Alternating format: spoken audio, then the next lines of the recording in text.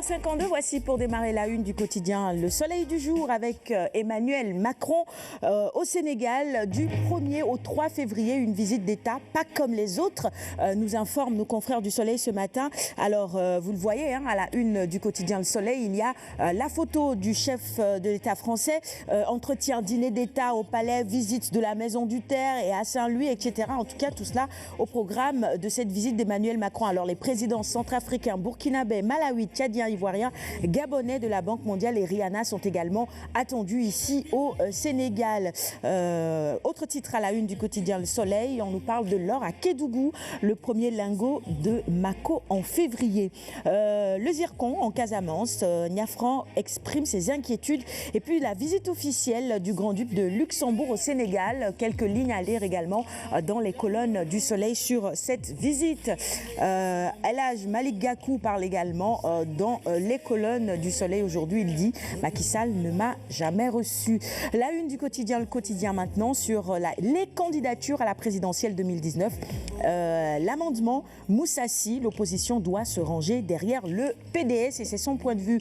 Vox Populi maintenant, le guide moral des Moustarchidines se positionne pour la présidentielle. Serigne Moustapha Sy, candidat en 2019. On poursuit avec la une de Réumi Quotidien maintenant, adversaire de Macky en 2019, des candidatures de règlement de comptes personnels. C'est le grand titre qui barre la une du quotidien Réumi ce matin. Réumi qui revient également sur l'attaque de Bofa Bayotte. Oumar Ampouy Badian interpellé ce samedi par la gendarmerie. Alors 2 rebelles tués également dans le cadre de la traque justement des personnes auteurs de cette attaque de Bofa Bayotte. On poursuit avec 24 heures info sur la dette, les syndicats, l'opposition et l'APR. Seydou Gueye vide son sac.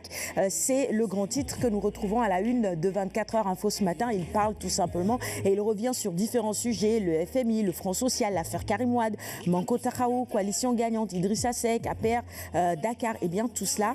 Il revient là-dessus dans les colonnes du quotidien 24 heures info. Enquête maintenant sur les banques, les assurances et les usagers.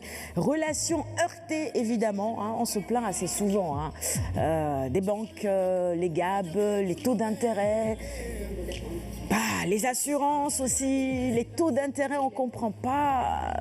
Voilà, des relations heurtées finalement.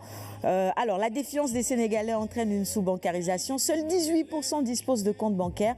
Les sociétés d'assurance sont championnes du dilatoire lorsqu'il s'agit de rembourser les victimes. Je pense que ça aussi, on en a déjà parlé sur ce plateau à plusieurs reprises. Et il faudrait que les banques et les assurances pensent à davantage nous satisfaire, nous autres, les clients et les usagers.